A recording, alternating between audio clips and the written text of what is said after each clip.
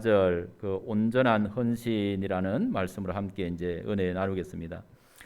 말씀드렸듯이 그 11월 첫 주고 교회력으로는 이제 이 마지막 달이 되겠습니다. 11월 마지막 네 번째부터는 이제 새로운 그런 교회력이 시작이 되어집니다. 새로운 교회력의 시작은 이제 주님이 메시아가 이 땅에 오시기를 기다리는 강림절이라고 하기도 하고 대광절, 뭐 대림절 이런 이제 이름으로 불려지는 주님이 오시기를 이렇게 기다리는 그런 이제 모습에서부터 이렇게 교회력이 시작이 되어집니다. 그것은 왜냐하면은 죄로 인하여서 이렇게 이제 멸망받아서 마땅한 그런 그 인생들이 바로 하나님의 구원자가 오시기를 간절히 기다리는 것, 그게 바로 이제 대강절이죠.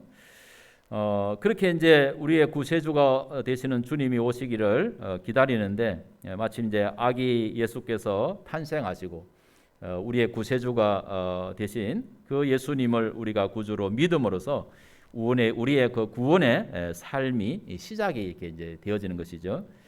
그래서 이제 그렇게 해가지고 이제 쭉 1년의 어떤 그런 여러 과정을 이렇게 이제 거쳐서 이제 11월 마지막 세 번째가 되면은 우리 이제 전통적으로 11월 마지막 세 번째 주일을 추수감사주일로 그렇게 이제 맞이하잖아요.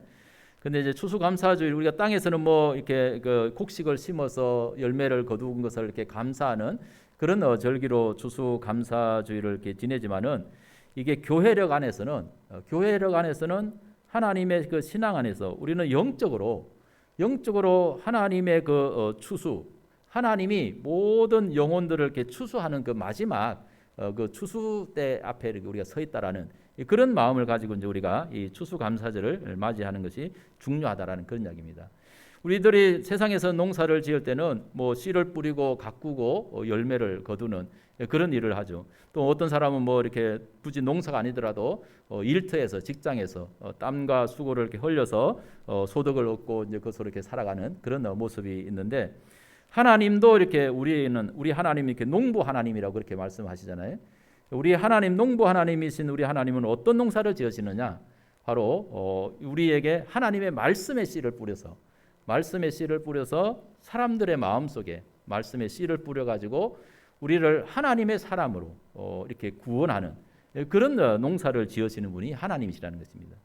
그래서 우리는 이 마지막이 추수감사주일이 바로 교회력의 마지막에 이제 오는 그 이유가 뭐냐면은 이 우리의 영혼이 하나님에게 완전한 그런 이제 알곡으로 이렇게 수수가 돼서 하나님의 나라 천국 창고로 이렇게 이제 들어가는 이것이 우리의 신앙의 완성이거든요, 그렇죠?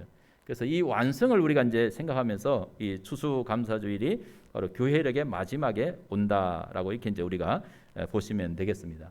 그러니까 우리는 우리의 영혼을 하나님이 이제 이 땅에서 완전히 추수해서 우리가 하나님의 백성으로 천국에서 주님과 함께 영원히 사는 그러한 모습을 우리가 그리는 것이 바로 이게 영적인 추수감사다 이렇게 이제 보면 되겠습니다. 하여튼 이제 우리가 땅에서도 이제 11월이 되면은 모든 추수를 다 이렇게 마무리하는 그런 때가 이렇게 되는 것이죠. 그렇기 때문에 이제 추수감사는 교회력에서 우리의 영혼이 완전한 그런 알곡이 되어서 하나님의 천국 창고에 들어가게 되어지는 그러한 것을 기억하고 감사하는 그런 절기가 되어야 될 줄로 믿습니다. 이것은 우리의 신앙이 성숙해서 우리의 구원이 완성된다라는 그런 사실을 의미하고 있는 것이죠. 그러므로 우리는 하나님 앞에 정말 알곡 성도로 추수되어져서 구원의 완성이 되어지도록 마지막까지 우리가 참으로 믿음에 최선을 다하는 그런 우리의 삶이 되고 또 우리를 온전히 구원하시는 그런 하나님의 은혜에 대한 최고의 그런 감사 절기가 되어지기를 주님의 이름으로 축원합니다. 올해도 이제 우리가 2년 동안 거의 이 코로나19 때문에 이게 이제 교회 정상적인 그런 예배를 이렇게 드리지 못했어요. 얼마나 참 2년이라는 긴 짧은 시간이 아닙니다. 이게 그 교회에서는. 그래서 우리의 신앙도 많이 이렇게 흩어져 있는 그런 모습인데 이번에도 이제 그 추수감사주일에 작년에 이렇게 했던 것처럼 또 오렌지를 좀 한번 이렇게 사서 그 오렌지데이, 오렌데이를 이렇게 이제 좀 한번 이렇게 이제 생각을 해볼 건데 제가 요즘 그 마트를 잘 안 가다 보니까 요즘 근래 들어서 제가 이게 마트에서 이렇게 오렌지를 파는지 안 파는지 그걸 이렇게 이제 잘 이렇게 못 봤어요. 한번 시장에 나가서 어떻게 파는지 이렇게 한번 보고 이번 추수감사절에 또 이제 오렌지 데이를 이렇게 준비를 해보겠습니다. 우리 성도님들이 위드 코로나고 하니까 이렇게 좀 편안하게 이렇게 참석해서 또 추수감사 주일이 될 수 있기를 그렇게 바랍니다. 성령 강림 후 24번째 주일인 이번 주 이제 성경 읽기의 주제는 전부를 드리는 헌신이라는 그런 주제입니다. 그래서 이제 오늘 말씀을 이렇게 이제 이 마가복음 12장 말씀을 중심으로 온전한 헌신이라는 그런 이제 말씀으로 함께 은혜를 나누겠습니다. 오늘 말씀에 이제 보면은 예수님께서 이제 긴 옷을 입고 다니는 것과 시장에서 문안 받는 것과 회당의 높은 자리와 잔치의 윗자리를 원하는 서기관들을 삼가라, 그렇게 말씀을 하십니다. 예수님의 눈에 비친 이 서기관들은 제자들이 매우 조심해야 될 그런 부류의 사람들이다라는 그런 이야기입니다. 그래서 삼가라 이렇게 했는데, 서기관들을 삼가라고 하는 그 말의 의미를 우리가 더 새겨보면은 그것은 이 서기관들이 하는 그런 모습을 이렇게 따라하지 말라, 아마 그런 이제 의미로 우리가 받아들이면 되겠습니다. 왜냐하면 이제 서기관들이 누구냐? 율법학자들이죠, 그렇죠? 율법을 연구하고 율법을 가르치는 그런 사람들인데, 굉장히 그 유대인 이스라엘 백성들의 신앙에 굉장히 많은 영향을 주는 그런 사람들이거든요. 율법을 연구하고 율법을 이렇게 가르쳐서 백성들에게 하는 그런 이 사람인데, 신앙에 굉장히 영향을 줄 수밖에 없는 그런 사람들인데도 불구하고 이 사람들을 삼가라, 잘 이렇게 살펴서 그들이 하는 어떤 그런 것을 따라하지 말아라, 이렇게 이제 예수님이 주의를 주시는 것이죠. 왜 그렇게 이제 예수님 말씀하시냐면은 바로 이 서기관들이 자기들이 말만 하고 자기들이 실제로는 행하지 않기 때문이다라고 그렇게 이제 우리가 깨달을 수가 있는 것이죠. 이 서기관들이 이제 특별한 어떤 그런 예복으로 자신의 그 사회적 신분과 권위를 내세우고, 또 장터나 거리에서 인사받기를 좋아하고, 회당에서 높은 자리에 앉기를 좋아하고, 잔치 자리에서도 윗자리에 앉기를 좋아한다, 그렇게 이야기를 하는 것입니다. 그리고 40절에 보면 이제 그들은 과부의 가산을 삼키며 외식으로 길게 기도하는 자니 그 받는 판결이 더욱 중하리라, 이렇게 말씀하셨는데, 바로 이제 이들이 이 과부들의 그 신앙적인 호의를 악용하고 있다라고 하는 그런 이제 취지로 예수님이 질책을 하시는 것입니다. 그러면 이제 이 예수님 당시에 이 서기관들이 이제 우리가 삶을 살펴보면은, 이 서기관들은 자기들의 어떤 그런 직무에 대해서 그 합당한 보수를 받지 않았다고 그래요. 그들은 합당한 보수를 받지 않고 대신 신앙심이 깊은 이 유대인들이 이렇게 이제 바치는 그런 어떤 그 자선에 의존해서 이렇게 이제 살아가는 그런 사람들이었다는 것입니다. 그래서 사실 이제 이 서기관들이 그렇게 뭐 이렇게 부유한 그런 사람들은 아니었다 그래요. 좀 영세민에 속하는 그런 사람들이라고 하는데, 그렇게 살면은 그렇게 될 수밖에 없는데, 그런데 이제 일반 그 이 백성들은 이제 이 서기관들에게 자기들이 이렇게 이제 자선을 해서 친절을 베푸는 이런 행위를 굉장히 이제 신앙적으로 경건한 그런 모습으로 이제 여기고, 그걸 많이 이렇게 권장을 했다고 이제 그렇게 이야기를 합니다. 그래서 뭐 서기관이 때로는 이제 생활고로 인해 가지고 고통을 당할 때 그들을 도와주는 것은 그 일반 백성들 사이에서는 굉장히 특별한 어떤 그런 공로다. 이건 하나님의 귀한 어떤 그런 공이고 상이다. 이렇게 이제 생각을 했다고 한다는 것입니다. 그런데 이제 이 서기관들이 그런 점을 악용하는, 오용하는 어떤 그런 면이 있었다라는 그런 이야기죠.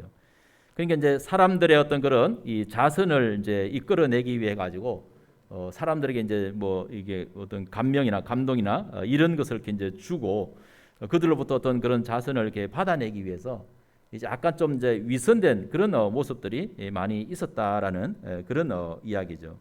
그래서 이제 그들이 하는 어떤 그런 점이 이제 뭐냐면은 뭐 길거리에 서서 오랫동안 이렇게 뭐 기도하는 어떤 그런 그 모습을 이렇게 보이는, 참 저 서기관이 굉장히 그한 사람이구나, 뭐 이렇게 사람의 어떤 감정을 이렇게 유발시켜서 자선을 얻어내려고 하는 그런 모습이 있다라는 그런 이야기죠.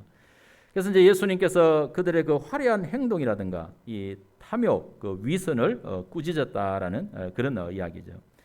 그러니까 이 서기관들이 하나님에 대한 어떤 그런 헌신을 온전한 어떤 그런 헌신을 하게 하지 않고 자기 자신들이 이렇게 뭐 경건한 척 하면서 자신들을 위해서 다른 사람들의 헌신을 요구하는 이러한 이제 오류를 범하고 있었다라는 그런 이야기입니다. 그렇기 때문에 이제 하나님을 만홀히 여기는 그런 이제 외식적인 그런 이 신앙이 될 수밖에 없었고, 그것은 하나님으로부터 엄중한 그런 심판이 임할 수밖에 없었다라고 그렇게 이제 예수님이 말씀을 하시는 것입니다. 이 서기관들이 이런 어떤 그 위선적인 행위를 하는 데 비해서 이 41절에 나오는 이 가난한 과부의 이야기, 이 과부의 얘기는 가난한 가운데서도 마음 중심으로 자신의 생활비 전부를 들여서 하나님을 섬기는 신실한 그런 믿음을 이렇게 이제 말씀을 하고 있는 것입니다. 예수님께서 의도하셨는지는 모르겠지만은 이 예수님께서 이제 공적인 그런 가르치심을 이렇게 행하던 이방인의 그 뜰로부터 이제 여인들의 뜰로 이렇게 이제 들어가셔서 이 말씀을 이렇게 하신 것이죠. 그 여인들의 뜰 벽에 이제 보면은 그 맞은편 벽에 예배하는 그런 사람들이 이제 자발적으로 자신의 어떤 그런 재물과 헌금을 하기 위해서 그 나팔 모양을 이렇게 이제 새겨서 놓은 13개의 연복의 헌금궤가 이제 거기 있었다라고 이렇게 이제 이야기를 합니다. 그래서 이제 예수님이 거기서 무리들이 어떻게 이 성전 금고에 그 헌금을 돈을 넣는가 이걸 이제 유심하게 이렇게 이제 보시다가 여러 부자는 많이 넣는데 한 가난한 과부가 와서 이제 두렙돈 곧 이제 한 고트란트를 넣는 것을 이렇게 보셨다는 것이죠. 이 한 렙돈, 두 렙돈, 이것은 이제 팔레스틴에서 이렇게 통용되는 이제 그 이 돈의 어떤 그런 단위 이름인데 어떻게 보면 이제 가장 작은 그 유대인들의 그 동전이라고 이렇게 이제 볼 수가 있습니다. 그게 이제 그 렙돈이라고 하는 그런 것인데 우리로 따지면 뭐 아주 뭐 동전 1원 뭐 이런 것처럼 아주 이제 작은 단위의 이렇게 돈이죠. 근데 이제 마가복음의 저자가 이걸 갖다가 이제 뭐 고트란트, 두렙돈을 한 고트란트라고 이렇게 이제 다시 또 보충 설명을 이렇게 했는데, 이 고트란트라고 하는 것은 이제 그 로마의 화폐 단위에 이렇게 이제 해당되어지는 것입니다. 그러니까 아마 이 마가복음의 편지를 이렇게 이 복음서를 읽는 이 독자들이 아마 이게 그 로마 쪽에 어떤 그런 사람들이 있었다라는 사실을 이제 생각해 볼 수가 있는 거죠. 그냥 팔레스틴에서 쓰는 뭐 렙돈이라고 하는 이런 단어를 표시를 이렇게 쓰면은 그게 뭐 얼마나 되는지 어떤 것인지를 잘 이해를 못 하니까 로마 단위의 그 화폐로 고트란트라고 하는 그런 이제 용어로 이렇게 이제 번역을 해 놓은 그런 모습을 이제 볼 수가 있는 것이죠. 두렙돈이라고 하면은 그 노동자들의 하루 그 임금이었던 그 로마가 이제 그 노동자들의 하루 일당 임금이 데나리온이라고 하는 그런 이제 용어를 이렇게 사용하죠, 그렇죠? 데나리온이 한 데나리온이 하루 품삯에 해당되는 그런 이제 로마 화폐 단위인데, 근데 거기에 비해서 이게 두렙돈 한 고트란트는 얼마 정도의 가치가 있냐면은 하루 일당 그 이 데나리온의 64분의 1. 64분의 1 정도의 가치밖에 안 되는 아주 미미한 그런 이제 돈이다, 이제 그렇게 볼 수가 있는 것이죠. 그런데 이제 예수님께서 다른 모든 사람들보다 그 가난한 과부 이 여인이 더 많이 넣었다 이렇게 이제 말씀을 하십니다. 그 이유에 대해서 이제 뭐라고 말씀하시냐면은 부자들은 다 그 풍족한 중에서 넣었지만은 이 과부는 그 가난한 중에서 자기의 모든 소유 곧 생활비 전부를 넣었기 때문이다. 그렇게 말씀을 하신 것입니다. 그러니까 뭐 양으로 따지면 부자가 많이 넣은 것 같지만은 가진 것의 어떤 그런 비례로 따지면 거인이 가장 많이 바쳤다라는 그런 이제 의미가 이렇게 되는 것인데, 근데 사실 이것의 뭐 부자가 많이 가진 사람이 넣은 거하고 뭐 아주 가난한 사람이 넣은 거하고 이런 비율로 따지는 이것도 순순히 그 인간적인 어떤 그런 생각에 불과하다, 그렇게 이제 볼 수가 있습니다. 그러니까 그런 것을 뭐 많고 적음의 어떤 비율을 가지고 이렇게 이제 따지는 그런 것보다도 그 산술적인 그런 그 비례보다도 예수님이 바라보신 것은 뭐냐면은 그 여인의 믿음을 보셨다는 그런 이야기죠. 온전한 그런 믿음. 즉 여인의 헌금은 자신의 전부를 희생적으로 하나님께 드리면서 하나님을 전적으로 이렇게 신뢰하면서 자신의 삶의 전부를 하나님께 드렸다라는 그런 이야기입니다. 그러니까 양이 많고 적고 어떤 이런 산술적인 비율이 아니라 정말 우리의 마음을 온전하게 하나님께 드리고 하나님을 이렇게 신뢰하는 그런 그 모습, 그 믿음을 예수님께서 이제 보셨다라는 그런 이야기죠. 그래서 이제 예수님께서 이렇게 전적인 그런 헌신에 대해서 이 하나님의 평가를 제자들에게 이제 가르치기 위해서 이 가난한 그 과부의 예를 사용하셨다는 것을 우리가 이제 생각해 볼 수가 있습니다.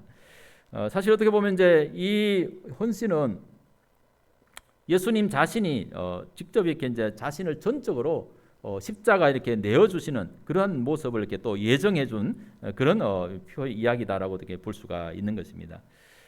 이 모든 이야기는 뭐냐면은 하나님을 향한 우리의 마음이 어떠한 것인지를 이렇게 말씀하는 줄로 저와 여러분들이 깨닫게 되기를 간절히 이렇게 바랍니다. 우리가 얼마나 온전한 마음으로 행하고 얼마나 하나님을 전적으로 믿어 드리는지 이걸 이제 하나님은 보신다라는 그런 이야기죠. 하나님께서 사람의 중심을 보시고 평가하신다라고 하는 그런 말씀은 바로 우리의 온전한 우리의 마음이 어떻게 하나님을 섬기는지 그걸 보신다라는 그런 말씀이죠. 그럼 우리가 이 온전한 헌신을 하기 위해서 어떤 마음을 하나님 앞에 우리가 가져야 되는가? 그게 이제 굉장히 중요한 것이라고 볼 수가 있는 거죠. 그것은 이제 하나님께서는 어떤 시각으로 이렇게 바라보시는가 하는 것을 우리가 이제 생각할 수 있어야 된다라는 그런 이야기입니다. 사람들은 세상에서 뭐 큰 거, 작은 거, 많은 거, 적은 거 이런 것을 이렇게 가지고 구분을 많이 이렇게 하기도 합니다.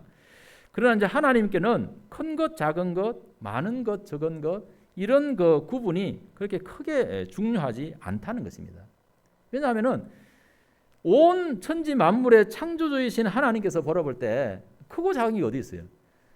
하나님 앞에는 모든 것이 다 작은 것일 수도 있고 모든 것이 다 큰 것일 수도 있다라는 그런 사실을 이제 우리가 깨달아야 된다라는 그런 이야기죠. 그 때문에 그것이 뭐 크든 작든 많든 적든 뭐 이런 것이 중요한 게 아니고 하나님 앞에 온전한 마음으로 충성하는 것이 중요하다라는 그런 사실을 저와 여러분들이 알게 되시기를 간절히 바랍니다. 그래서 예수님이 하시는 말씀도 그거예요. 작은 일에 충성하는 사람은 큰 일에도 충성하고 이렇게 작은 일에 충성하지 않는 사람은 큰 일에도 충성하지 않는다. 그렇게 이제 말씀을 하시는 것이죠. 자, 우리는 성경에서 이제 이 사람들이 큰 것, 작은 것 이런 걸 이렇게 하찮게 생각하다가 정말 이렇게 하나님 앞에 복이 되지 않았던 그런 모습, 또 복이 되었던 이런 모습, 이런 것들을 우리가 성경에서 굉장히 많이 살펴볼 수가 있어요. 한번 이렇게 생각해 볼까요? 아담이 에덴 동산에서 이렇게 이제 쫓겨나게 되었죠. 왜 쫓겨났어요? 선악을 아는 나무 열매 하나를 따먹기 때문에 에덴 동산에서 이렇게 쫓겨났다는 것입니다. 하나님이 동산에 있는 모든 열매는 다 먹어도 된다. 그런데 선과 악을 알게 하는 나무 열매는 먹지 말라 이렇게 하신 거예요. 근데 어떻게 보면은 그 많은 열매 중에서 야 이거 선악을 아는 열매 이거 하나 먹는다고 뭐가 문제가 될까? 이제 그런 생각이 들 수가 있다라는 그런 이야기죠. 그런데 그거 하나 따먹었다고 우리가 뭐 이 에덴 동산에서 쫓겨나야 되냐? 뭐 이런 생각도 할 수 있을지 모르지만은 그러나 하나님에게는 그게 작은 일이 아니다라는 그런 사실을 말씀하시는 것이죠. 자, 노아 시대 때 이렇게 한번 생각해 보세요. 하나님의 홍수로 온 인류를 심판하시는 그런 일을 이렇게 이제 행하시죠, 그렇죠? 하나님의 그 심판이 노아 홍수 때 왜 임하게 됐느냐? 그것은 뭐냐면은 하나님의 아들들이 사람의 딸들의 아름다움을 보고 자기들이 좋아하는 모든 여자를 아내로 삼는 일 때문에 하나님께서 내가 영원히 사람과 함께 하지 않겠다. 그들의 날을 120년으로 제한하겠다. 이렇게 이제 말씀을 하시는 것입니다. 이게 뭐냐면은 문제의 원인이 뭐냐면은 하나님의 아들들이 사람의 딸들의 아름다움을 보고 자기가 좋아하는 대로 자기가 원하는 대로 이렇게 아내를 삼는다라는 그런 이야기죠. 그래서 이제 내가 저들과 함께 할 수 없다. 저들의 세월을 120년으로 이렇게 제한하겠다. 그 말씀이거든요. 이 120년이라는 것이 이제 사람이 120살만 살고 더 이상 못 산다 이런 말이 아니고요. 120년 후에는 하나님이 이 결과로 세상을 심판하겠다라는 그런 이제 말씀이라는 것이죠. 그래서 이 말씀이 하신 후에 하나님께서 120년 후에 노아 홍수를 이렇게 내려서 심판을 하신 것이죠. 자, 이 말씀을 우리가 이제 쉽게 좀 비유를 해보면은 뭐 꼭 이 비유가 100% 맞다고 이렇게 할 수는 없지만은 좌우지가 이제 하나님의 아들들. 하나님의 아들들을 우리가 어떻게 이해할 것이냐? 그것은 하나님의 아들들이라고 하는 것은 하나님을 믿는 그런 믿음의 사람들이라고 이렇게 이제 표현을 하면 되겠죠. 그런데 이제 사람의 딸들, 이것은 이제 하나님을 믿지 않는 그런 사람들을 이렇게 이제 지칭한다고 이렇게 보면 되는 거예요. 그러니까 쉽게 비유를 하면은 믿음의 사람들이 믿음이 없는 그런 사람들과 이렇게 이제 아내를 이렇게 삼는 이런 일들이 일어난다라는 그런 이야기죠. 그러니까 우리가 이제 이 하나님을 섬기면서도 사실 우리의 신앙에서 이런 일들을 아주 작은 일처럼 대수롭지 않게 생각하는 그런 모습들이 많이 있잖아요. 우리의 자녀들이 결혼을 할 때 하나님을 섬기는 그런 사람들이 하나님의 사람들하고 같이 이렇게 결혼을 하는 이러한 것이 하나님 기뻐하는 그런 것인데, 아니 그냥 뭐 그거보다도 내가 그냥 좋아하면 하나님 믿든 안 믿든 상관없이 그냥 내가 좋아하면 저 사람이 좋아. 그러면 그 사람과 이렇게 결혼을 한다라고 하는 어떤 이런 부분들은 우리는 쉽게 생각한단 말이죠. 그렇죠. 우리는 그걸 작은 일처럼 이렇게 생각한단 말이죠. 그런데 하나님은 안 그렇다는 것입니다. 하나님은 그걸 굉장히 엄중하게 보신다라는 그런 사실을 우리가 이제 깨달아야 된다라는 그런 이야기죠. 우리는 흔하게 그냥 아이고 뭐 이게 뭐가 그렇게 대수로워 이렇게 하면서 하는 그런 일들이지만은 그러나 그게 하나님 앞에서는 엄청난 그런 일이 될 수 있다라는, 이게 바로 우리 작은 일을 아무렇지 않게 생각하는 이러한 것들이 하나님 앞에서는 굉장히 엄중한 일이 된다라는 이런 사실을 우리가 깨달아야 된다라는 그런 이야기죠. 또 우리가 생각해 볼까요? 이스라엘 백성들을 하나님께서 이렇게 애굽에서 이끌어내서 모세에게 이제 가나안 땅으로 그 이스라엘 백성들을 인도하라고 그렇게 시켰어요. 그 하나님의 명을 받은 이제 모세가 참 정말 뭐 200만이 넘는다고 하는 그 이스라엘 백성들을 그 애굽에서 이끌어내서 이 가나안으로 이게 데리고 가는 일이 보통 어려운 일이 아니라는 것입니다. 여러분 사람이요 이렇게 뭐 100명만 우리가 막 각자 제각기인 생각을 가진 사람 100명만 있어도요 그 100명 통제하기도 어려워요. 그런데 200만 명이나 되는 이 사람을 모세가 얼마나 힘들겠어요. 얼마나 하나님이 통제하고 하나님이 도와주지 않으면 할 수 없는 그런 일이라는 거예요. 그러니까 모세는 오직 하나님을 신뢰하면서 하나님만이 하셔야 됩니다. 하나님을 의지하고 가니까 이제 그 백성들이 이렇게 이끌고 가는 거예요. 이끌고 가는데 그 모세가 가나안 땅에 들어가지를 못했어요. 모세는 가나안 땅에 들어가지 못한 그 사건이 하나 이렇게 있었잖아요. 그게 뭐냐 하면은 이스라엘 백성들이 광야를 가면서 마실 물이 없으니까 물이 없다고 막 불평하고 먹을 양식이 없다고 불평하고 고기 없다고 불평하고, 그러니까는 하여튼 그때마다 또 하나님 모세를 통해서 이적을 베풀어 가지고 마실 물도 주고 고기도 주고 뭐 신발도 헤어지지 않게 하고 옷도 낡아지지 않게 하고 다 이렇게 해줬어요. 거의 40년 동안 그렇게 다 이렇게 해줬어요. 그러니까 얼마나 광야에서 이스라엘 백성들이 하나님의 기적을 많이 체험했어요. 하나님의 은혜를 엄청나게 체험했거든. 그런데 그렇게 해서 광야를 40년을 가까이 이렇게 헤맸단 말이죠. 40년을 헤매고 이제 다 이제 때가 돼서 이제 가나안 땅에 들어갈 마지막에 이렇게 됐는데 또 마지막에 가가지고 또 물이 없다고, 르비딤에 가서 또 물이 없다고 이스라엘 백성들이 막 원망을 불평을 하는 거예요. 그러니까 막 원망하고 불평하니까 모세가 하나님 앞에 가서 기도했잖아요. 하나님 또 이 백성들이 원망하는데 어떻게 해야 될까요? 그래서 하나님이 모세에게 이야기를 해주십니다. 야, 너 백성들 지도자들 불러놓고 지팡이를 가지고 불러놓고 그 바위에 가서 명령해라. 그 바위에게 명령을 하면은 물이 나올 거다. 그럼 백성들에게 마시게 해라. 이렇게 하나님이 가르쳐 줬어요. 지시를 해서 가르쳐 줬는데 모세가 그 하나님이 가르쳐 준 대로 했냐 하면은 그렇게 하지 않았어요. 백성들을 다 모았어요. 백성들을 다 모아놓고 그때 모세가 성질이 받쳤어요. 열을 받은 거예요. 열을. 모세가 왜 열 받았는지 알아요? 그 이야기 상황을 보면 그 마음을 짐작할 수 있어요. 백성들에게 그렇게 이야기합니다. 야, 여러분들이 광야 40년 동안 하나님의 은혜를 얼마나 경험했습니까? 물 없다고 할 때 물 줬죠. 양식 없다고 할 때 양식 매일같이 만나러 다 이렇게 굶주려서 죽은 사람이 있습니까? 아무도 없습니다. 신발이 헤어지지도 않았어요. 옷이 낡아서 헤어지지도 않았다 그랬어요. 하나님이 필요한 거 다 주셨다는 것입니다.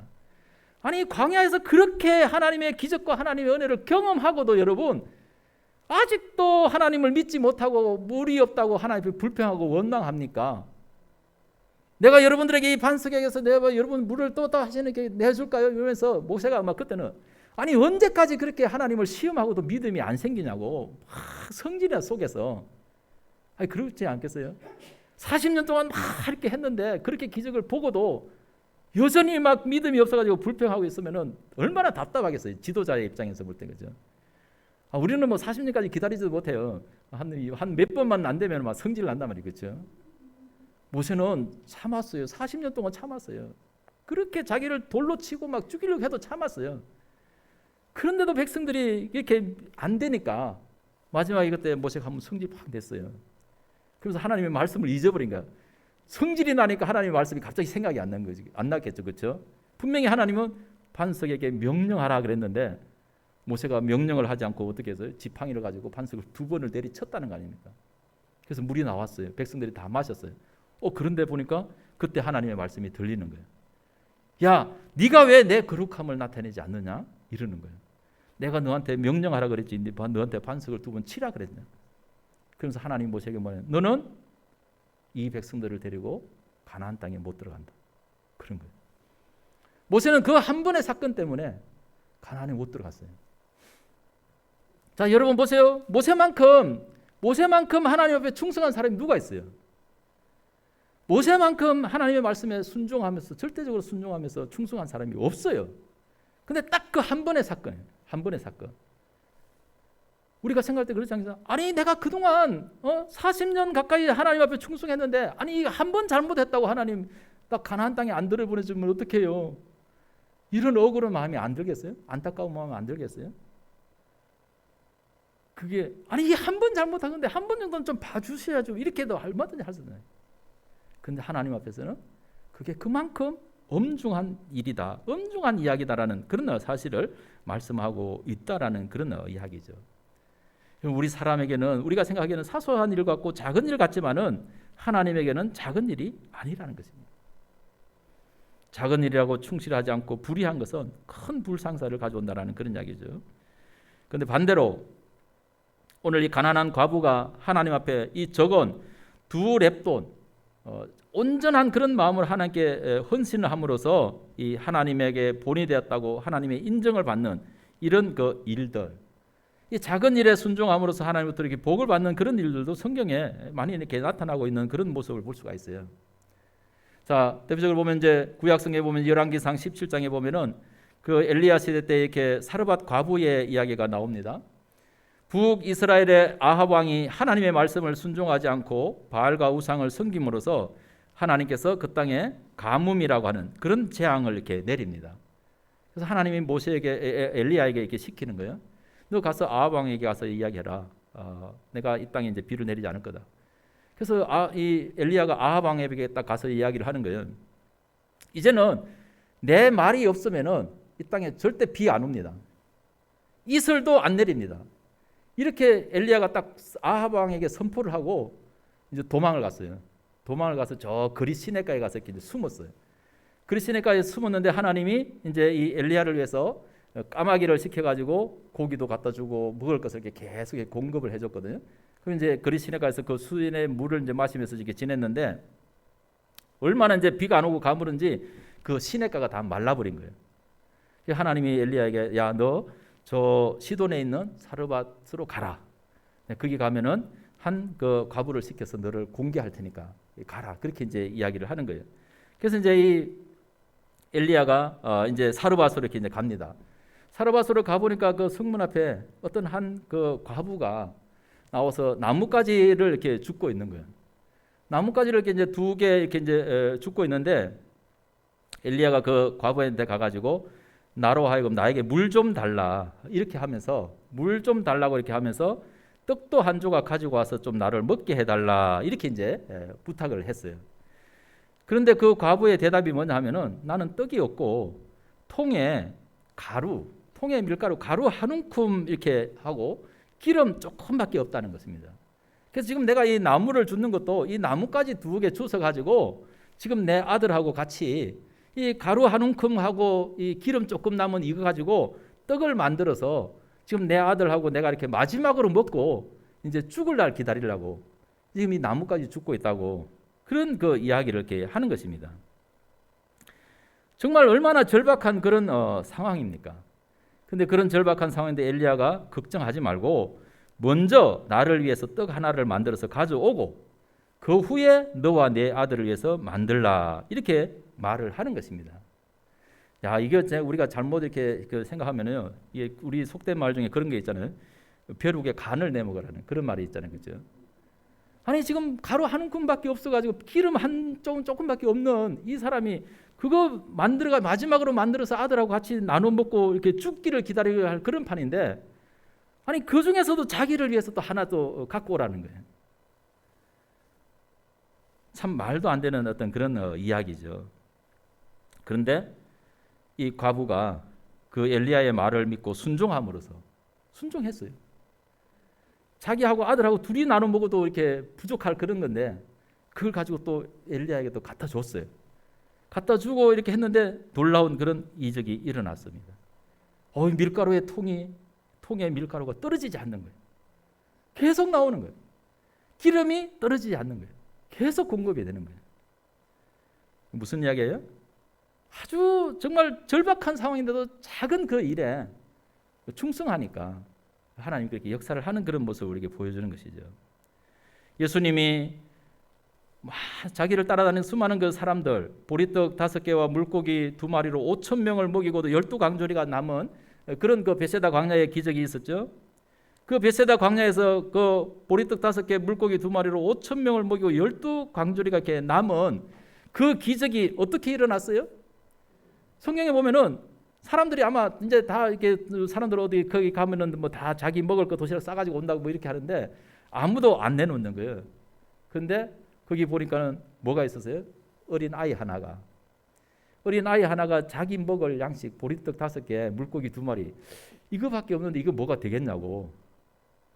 근데 그걸 주님 앞에 드렸더니 그걸로 이적이 일어난 거예요. 그러니까 어린 작은 아이의 어떤 그런 이 헌신, 보리떡 5개, 물고기 2마리 아무것도 아닌 것 같지만은 그게 주님 앞에 이렇게 헌신되니까 드려지니까 하나님의 놀라운 그런 기적이 일어났다라는 그런 이야기입니다. 여러분 마태복음 25장에 이렇게 달란트의 그 비율을 보면은 5달란트 받은 종, 2달란트 받은 종, 1달란트 받은 종 이런 종이 있었다 그랬잖아요. 근데 5달란트 받은 종, 2달란트 받은 종은 그걸 가지고 충성해서 10달란트로 주님께 드리고 또 2달란트 남겨서 주님께 드렸단 말이에요. 근데 1달란트 받은 종은 나는 1개밖에 안 줬어. 그러면서 아무것도 하지 않고 그걸 땅에 묻어뒀다 그랬어요. 그리고 주님한테 와서 이렇게 나중에 회개를 하니까 이 사람은 악한 종이라는 거예요.